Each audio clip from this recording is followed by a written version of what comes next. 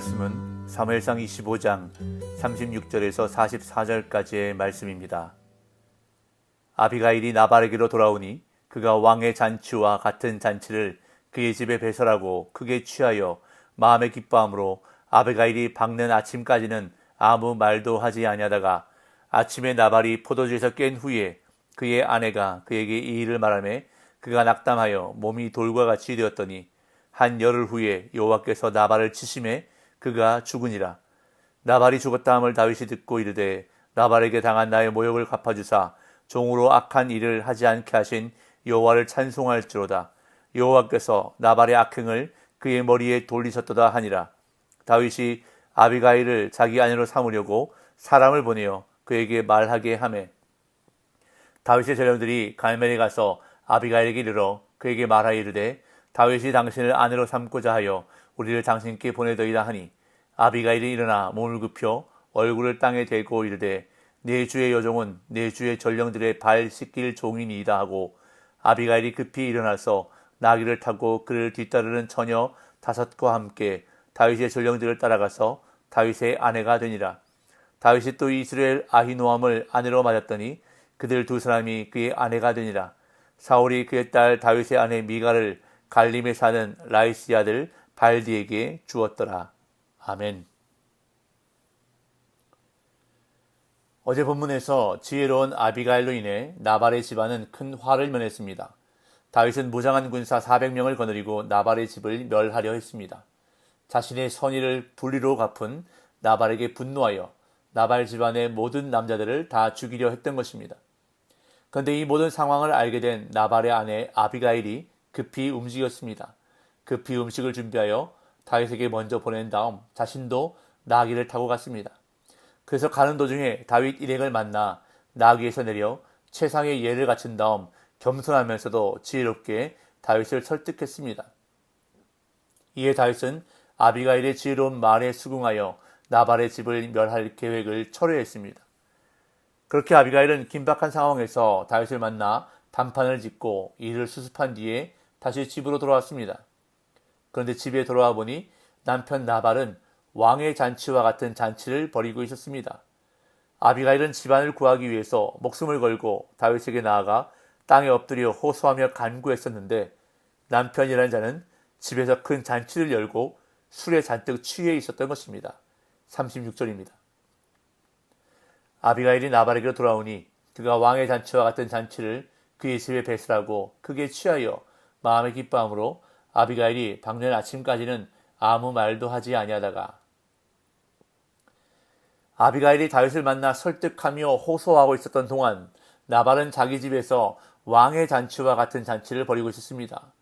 나발은 광야에서 자기 목자들과 양떼를 지켜주었던 다윗 일행에게 양식을 조금도 나누어 주지 않았으면서 자신은 왕이나 다름없는 향락을 누리고 있었던 것입니다.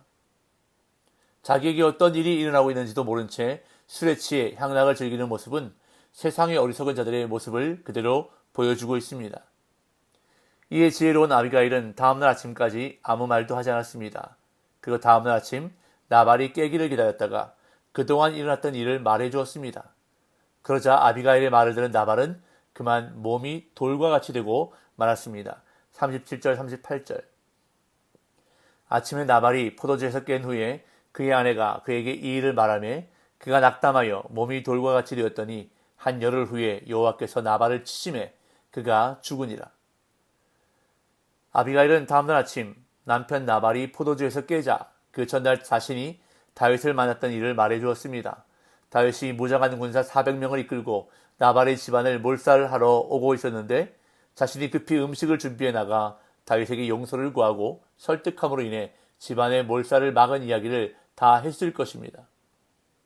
그러자 아비가일의 이야기를 다 들은 나발은 그제야 사태의 심각함을 깨달았던 것 같습니다.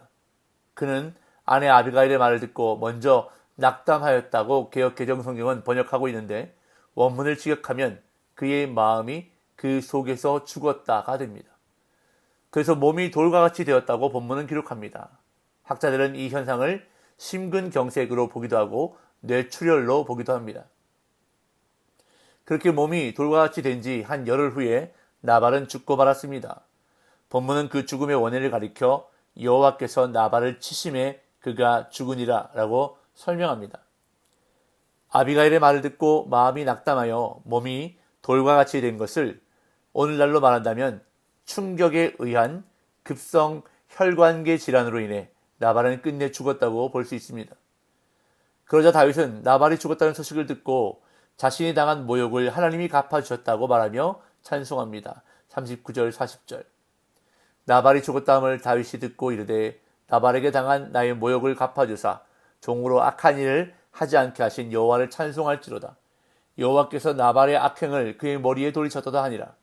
다윗이 아비가일을 자기 아내로 삼으려고 사람을 보내어 그에게 말하게 하며 다윗의 전령들이 갈멜에 가서 아비가일에게 이르러 그에게 말하여 이르되 다윗이 당신을 아내로 삼고자 하여 우리를 당신께 보내더이다 하니. 나발이 죽었다는 소식을 들은 다윗은 자신이 나발에게 당한 모욕을 여호와께서 갚아주셨다고 말합니다. 원문을 직역하면 다윗이 나발에게 당한 모욕의 소송을 여호와께서 맡아주셨다입니다.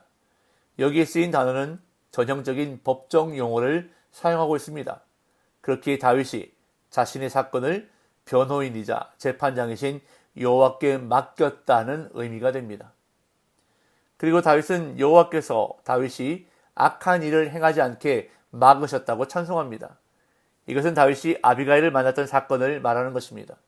다윗이 분노함으로 나발의 집안을 몰살하려고 갈 때 길에서 아비가일을 만나 지혜로운 말을 듣고 피 흘림의 악한 일을 행하지 않게 막으셨다는 것입니다.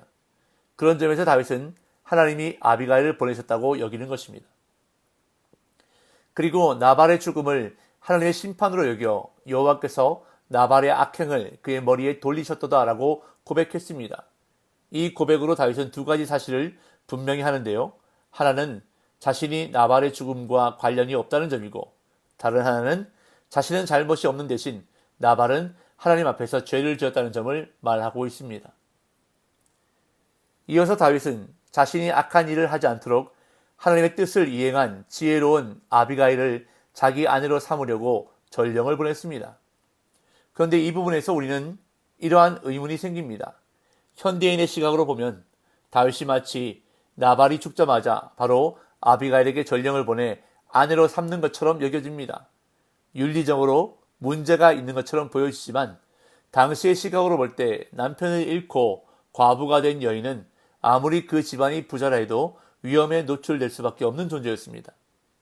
또한 다윗 역시 오늘 본문 44절에 보면 아내였던 미갈이 다른 사람의 아내가 된 것을 볼 수 있습니다. 장인인 사울이 사위였던 다윗을 원수로 여겼기에 완전히 결별하는 차원에서 딸 미갈을 다른 사람의 아내로 주었던 것입니다.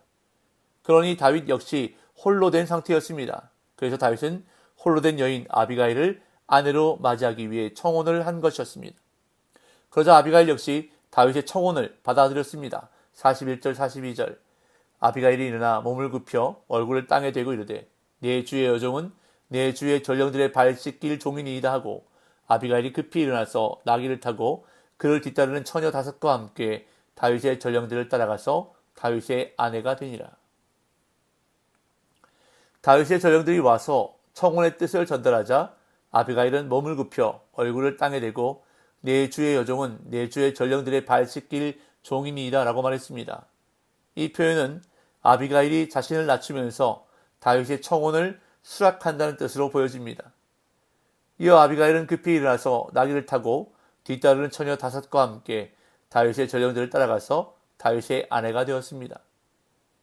그런 다음 본문은 다윗의 또 다른 결혼을 소개합니다. 이스라엘 사람 아히노암이 아비가일과 함께 다윗의 아내가 되었다고 전해줍니다. 43절 44절. 다윗이 또 이스라엘 아히노암을 아내로 맞았더니 그들 두 사람이 그의 아내가 되니라. 사울이 그의 딸 다윗의 아내 미갈을 갈림에 사는 라이스 아들 발디에게 주었더라. 아히노암의 고향 이스라엘은 유다 땅의 서읍입니다. 그렇기 때문에 아비가일과 아히노암 이 두 여인과의 결혼은 다윗이 유다에서 세력을 확장하는 데 매우 중요한 역할을 했을 것으로 보입니다. 그리고 앞에서 언급한 대로 다윗의 첫 번째 아내이자 사울의 딸인 미갈은 사울이 예루살렘 근처로 추정되는 성읍 갈림에 사는 라이스의 아들 발디에게 주었다고 본문은 기록하고 있습니다. 오늘 본문을 통해서 선으로 갚으시는 하나님에 대해서 다시 한번 묵상하게 됩니다. 우리가 아무리 억울한 일을 당해도 직접 갚는 일을 하나님은 기뻐하지 않으십니다. 그래서 성경에 보면 원수 갚는 것이 내게 있으니 내가 갚으리라 라고 말씀하셨습니다. 다윗은 나발로부터 수모와 모욕을 받았습니다. 그러나 다윗이 아비가일의 말을 듣고 복수의 칼날을 거두자 하나님께서 대신 갚아주셨습니다. 다윗을 위해 대신 나발에게 보응하셨고 다윗에게는 아비가일이라는 선으로 갚아주셨던 것입니다. 오늘 우리의 삶 속에서도 우리를 대신에 싸워주시고 갚아주시는 하나님을 절대적으로 신뢰하는 저와 여러분들이 되시기를 간절히 소망합니다. 오늘도 하나님께 모두 맡겨드리십시오. 하나님께 맡길 때 하나님이 책임져 주십니다. 오늘도 하나님이 책임져 주시는 복된 삶 살아가시는 저와 여러분들 되시기를 예수님의 이름으로 축복합니다.